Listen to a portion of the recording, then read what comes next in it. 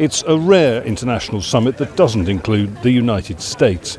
For the European political community, that's exactly the point. More than 45 capitals represented from across the continent, minus Washington, the traditional guarantor of Europe's security. This is Europe looking out for its own in the wake of Russia's invasion of Ukraine. We have maintained unity in Europe and are acting together, which means that Putin has missed his primary target. He has failed to create division in Europe.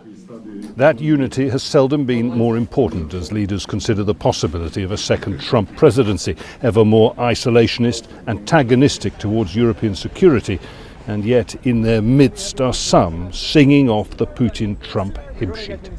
They believe that they can destroy militarily the Russians, which I don't think so, because I think that there is no solution of this conflict on the battlefield. The US is by far the largest contributor to NATO and to Ukraine's defence, yet Donald Trump, when he was president last time, threatened to leave the alliance.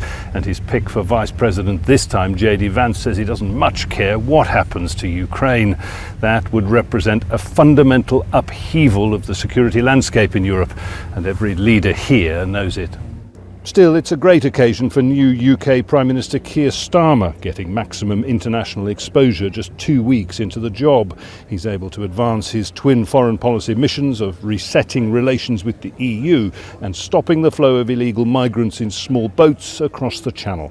We want to work with all of you to reset relationships, rediscover our common interest, and renew the bonds of trust and friendship that brighten the fabric of European life.